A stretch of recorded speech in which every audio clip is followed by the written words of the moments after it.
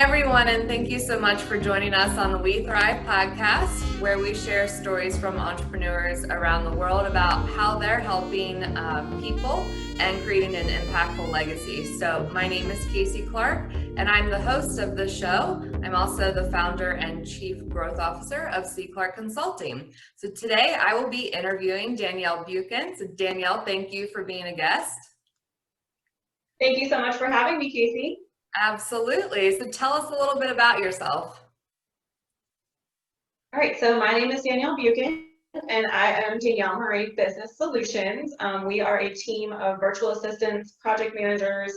I'm a certified bookkeeper with QuickBooks, so we kind of take care of all of your behind-the-scenes needs, administrative-wise, for entrepreneurs, solopreneurs, small businesses, large businesses, kind of anyone who needs a helping hand with administrative tasks that they either don't have the means to employ someone in office, or they're just overwhelmed and they need someone to kind of take things off of their plate. We do things from social media to anything administrative, emailing schedules, invoicing, marketing a little bit, nothing like what you do, but the simple things, and then just really kind of helping people stay on track with onboarding and managing their clients.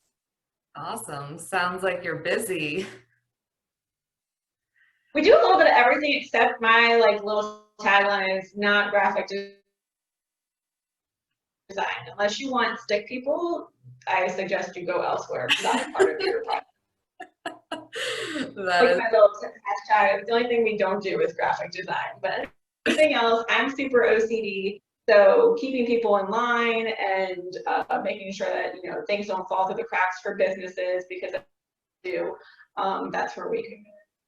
Awesome. So did you grow up in the Maryland area? Yep. So I was born in New York, and then we moved to Maryland. Started in Rockville, and then I've been in Frederick since I was 5 years old, I guess. I went to school here my whole life. Graduated from Hood College, went to St. John's Catholic Prep. And so, yeah, my family is all within the tri-state area for the most part, and my kids go to school here now. My brother business here in Frederick for a while now, so we're all kind of local, which is nice. It's nice to see how things are changing. It's nice to see familiar faces with networking and things like that.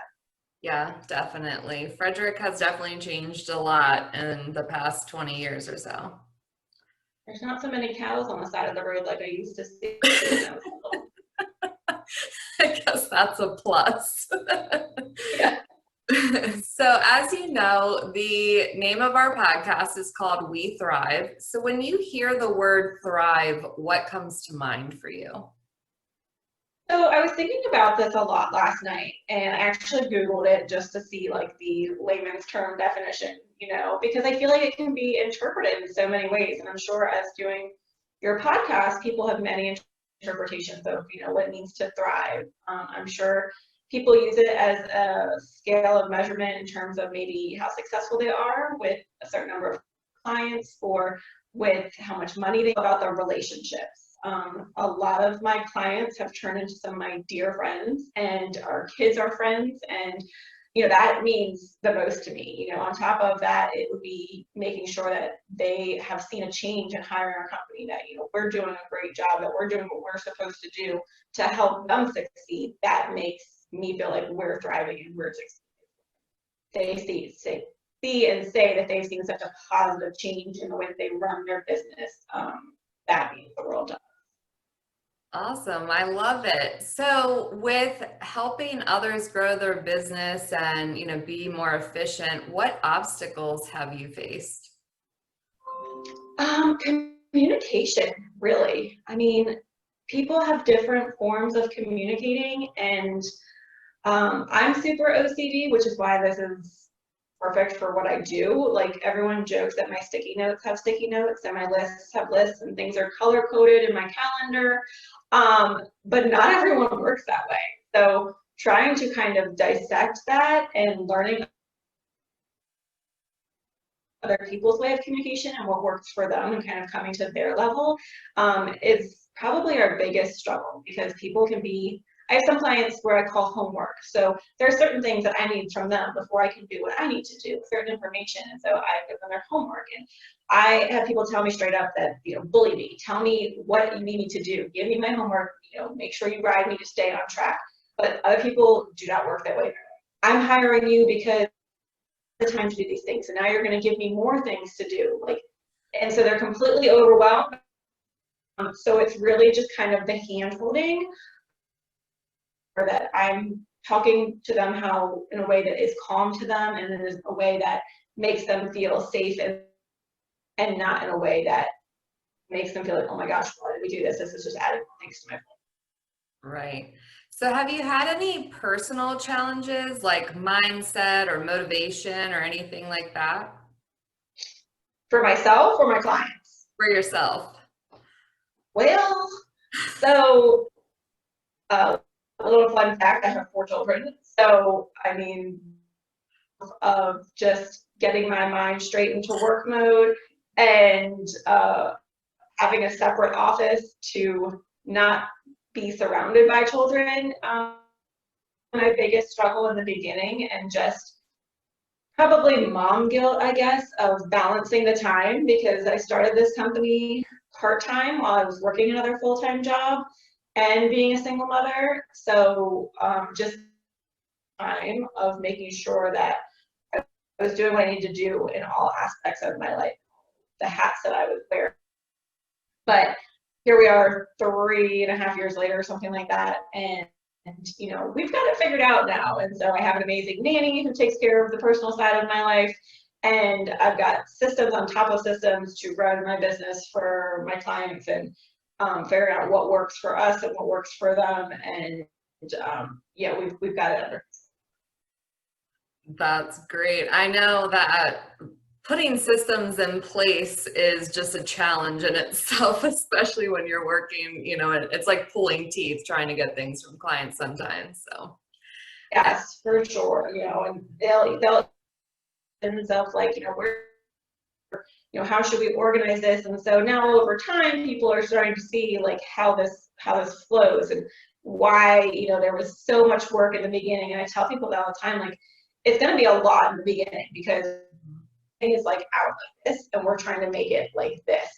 Yep. I'm not in their head, and I don't know why they have things out like this, and I don't know with on a daily basis, or the systems that they're doing on a daily basis. So I have to kind of morph into them and step into their role professionally with what exactly it is that they do, and then kind of be like, okay, so this is how they start their day, and this is how they end their day. What is going to be the most proficient thing for them? What's going to be the most effective way for them to have things in a system that isn't going to make them have to overthink it or stress them? Kind of morph into the person that you're working with.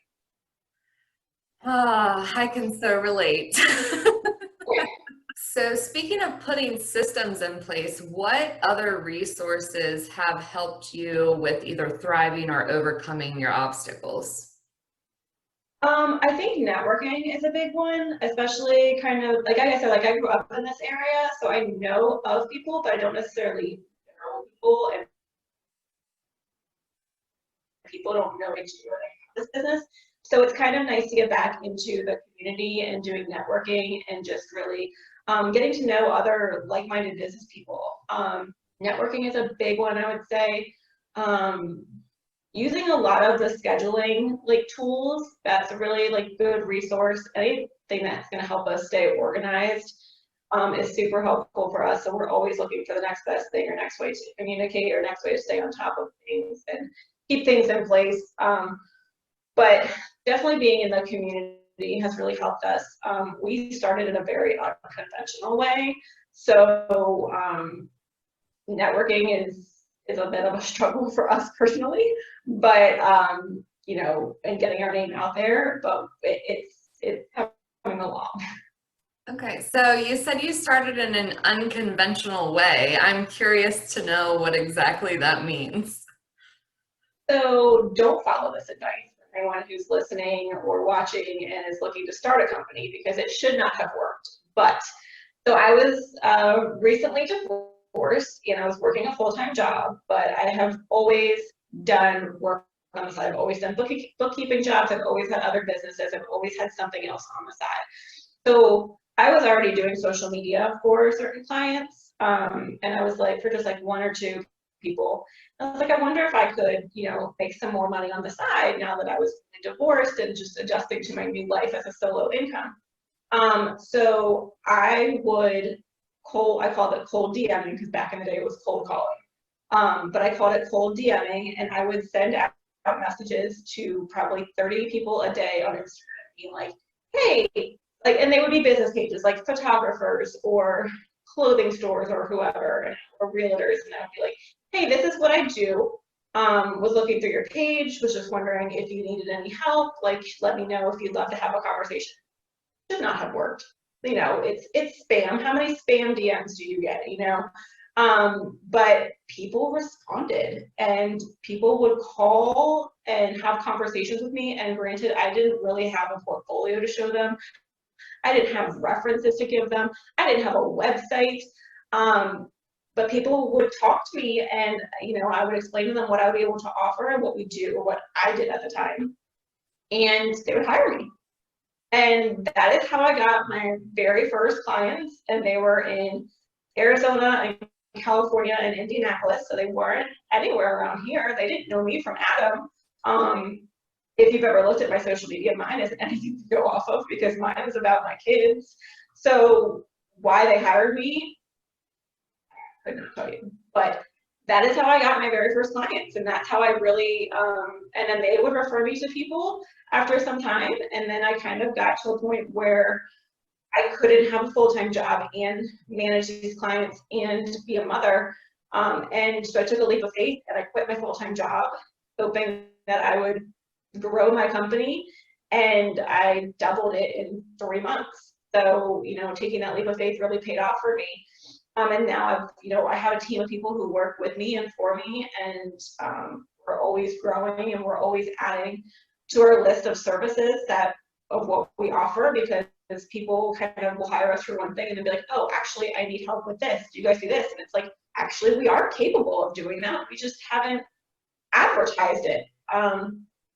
So don't follow my advice. Don't cold DM people if you're looking. That's not a good marketing plan. Like, it should not have worked. And like I said, some of my clients have become some of my closest friends, and people that I have never even met because they're across the country. But now I'm comfortable enough to be like, hey, why did you hire me, like, in the beginning? You know, just out of curiosity. And they said it was my personality, and that they felt like they could relate to me in the way that I communicated with them. And that, you know, hiring someone like me in my company, you are in constant communication with us. You talk to us a lot. So you're going to have to like that person, because if you feel like they have an attitude, or you feel like they have a chip on their shoulder, or whatever it is, that you don't vibe with them, they're not the person for you to work with. It's no different than hiring someone in your office that you have to see 8 hours a day.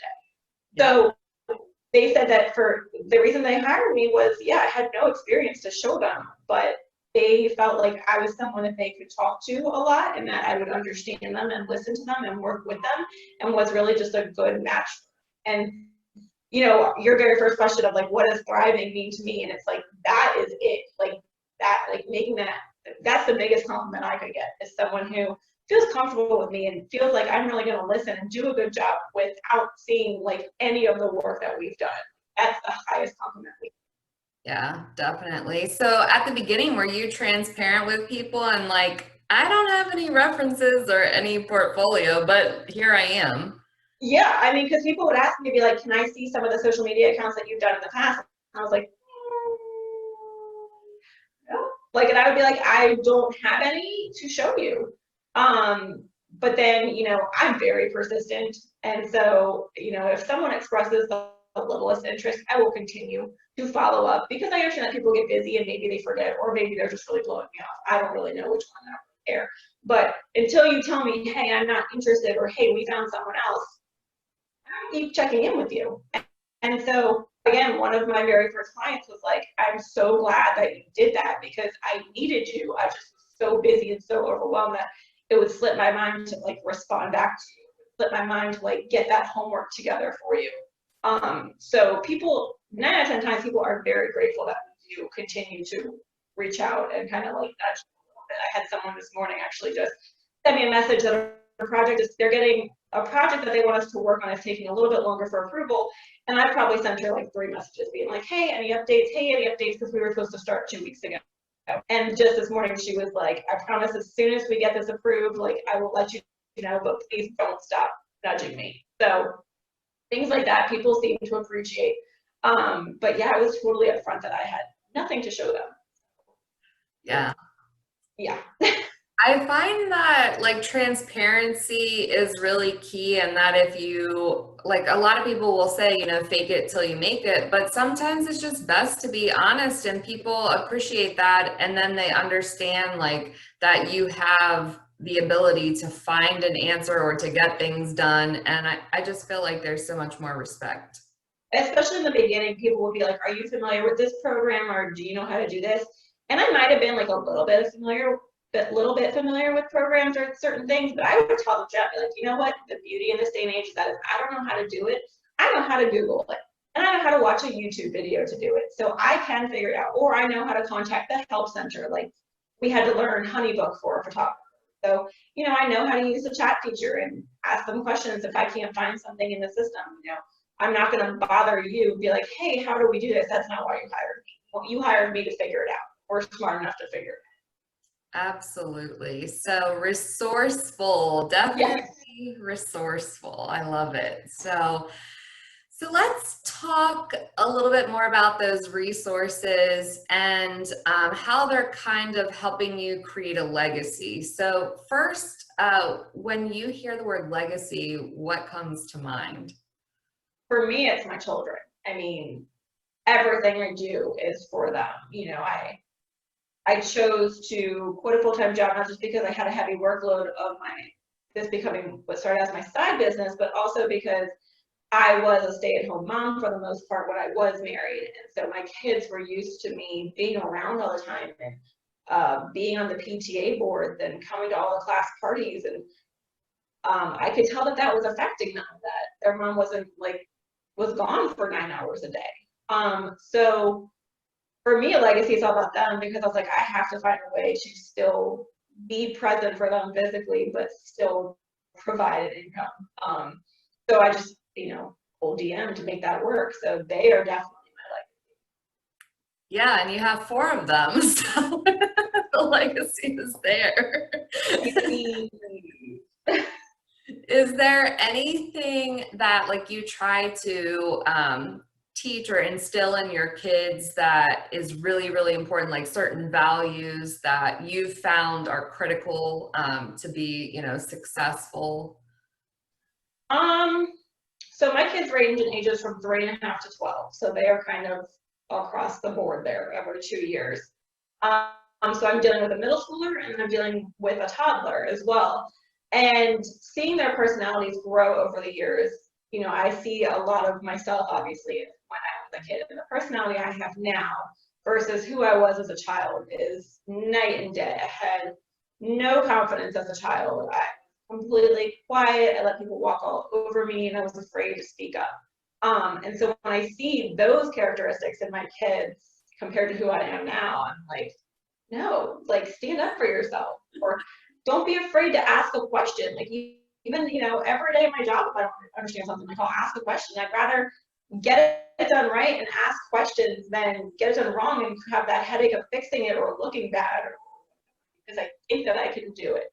So really encouraging them to step up and speak up and to find their voice of asking for help or asking questions, or if someone's not being nice, to step in and stop bullying per se.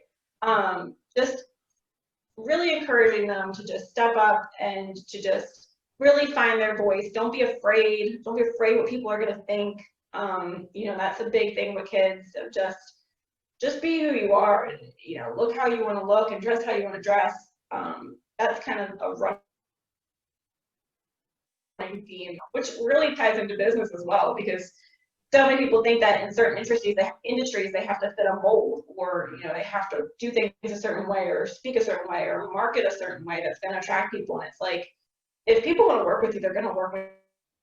for their own reason, not because you're like every other cookie cutter person. Yeah, absolutely. So outside of kind of instilling things in your kids, how are you impacting others, whether it's personally or professionally? That's a tough question. I feel like other people should be answering that question about us, right? Like I feel like you should be asking my clients that question. How am I impacting? I mean, I hope that, so my love language is like taking care of others and being a caregiver. So I do little things for my clients who are now my friends and for the close people in my life. I do like to do little things for them. And so I'm hoping that just spreading the kindness, especially with things going on in the world right now, is leaving an impact and just letting people know that, like, hey, I'm here for you, whether it's professionally or personally, or hey, I'm thinking about you.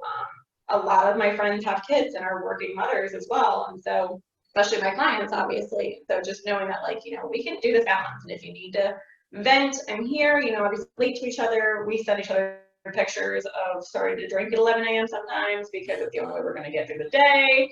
So I mean, there's no judgment here. So I just hope that people can see who we are as a company and who I am as a person. Just we truly care, and we are here, whether it's you need to vent about things going on in your personal life, or that a client's client is driving them crazy. That's people have told me that I shouldn't have the title of virtual assistants or project managers or whatever. We're really more business consultants or business therapists, because so many clients will call us and just be like venting of like, oh, this is going wrong, and sometimes there's nothing I can do about it because it involves another person. But just the calming voice of like, well, okay, if this happens, then this is what we'll do, but let's just wait and see what happens, and just kind of being that voice of reason.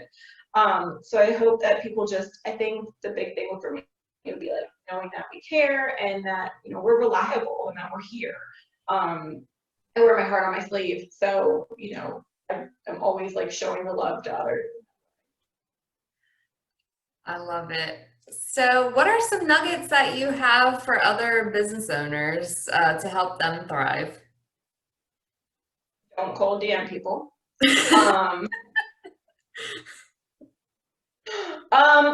Really, honestly, I think it's just be yourself and be true to who you are with your personality and why you started your company. I think a lot of people lose sight as to why they start their business and why they're doing what they're doing, because they get too hung up with maybe the rankings of where they feel like they should be, or meeting a certain quota with revenue, and then the greedy hat takes over.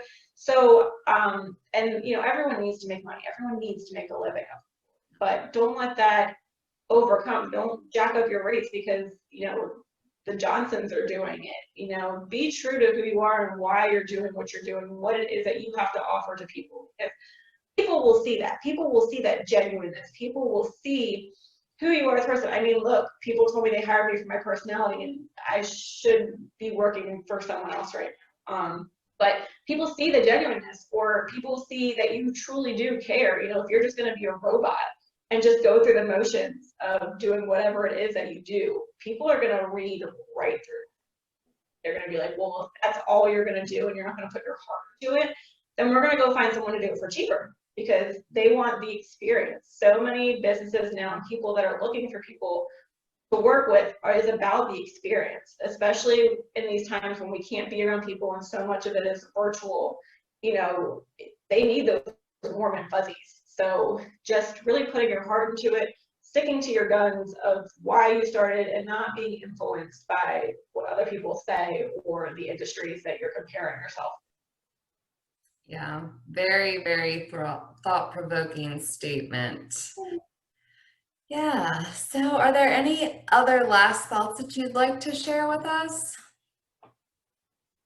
Everyone's just out there trying to do their best, and that can get cloudy with comparing yourself to others, because they feel like, if you're questioning if you should start a business, because, oh, well, there's already a business like mine, or, oh, there's already something like this out there. People are already doing that. Why would I succeed? Think about how many hair salons there are. Think about how many lawyers there are. Think about how many gyms there are. And yet people still go to them because it's about why are they different? Like, why do you go to the hairstylist that you like? Why do you go to the gym that you like? Is it, you might pay more for it, but it's the experience you get. Or you might pay less for it, it's the experience you get. Like, who knows? Money isn't everything to people. So don't be afraid to take that step. Like, if it's something you're truly passionate about, you should follow that, because you really don't know where it will lead in the end. I'm sure that so many people will support you in doing what it is that you're passionate about. And at the end of the day, that's all that really matters, is having a team around you. Yeah, I think the saying is something like, do your passion and the money will follow, or something like it's money. There you go. Yeah, exactly. Well, I definitely appreciate all of the nuggets and the knowledge that you shared for our listeners today. And I'd also like to thank our sponsor, Stephen Lamar Moore, who produced the music for our podcast. So thank you again, Danielle, for being a guest. It was a pleasure talking to you. Thank you so much, Casey. You're welcome.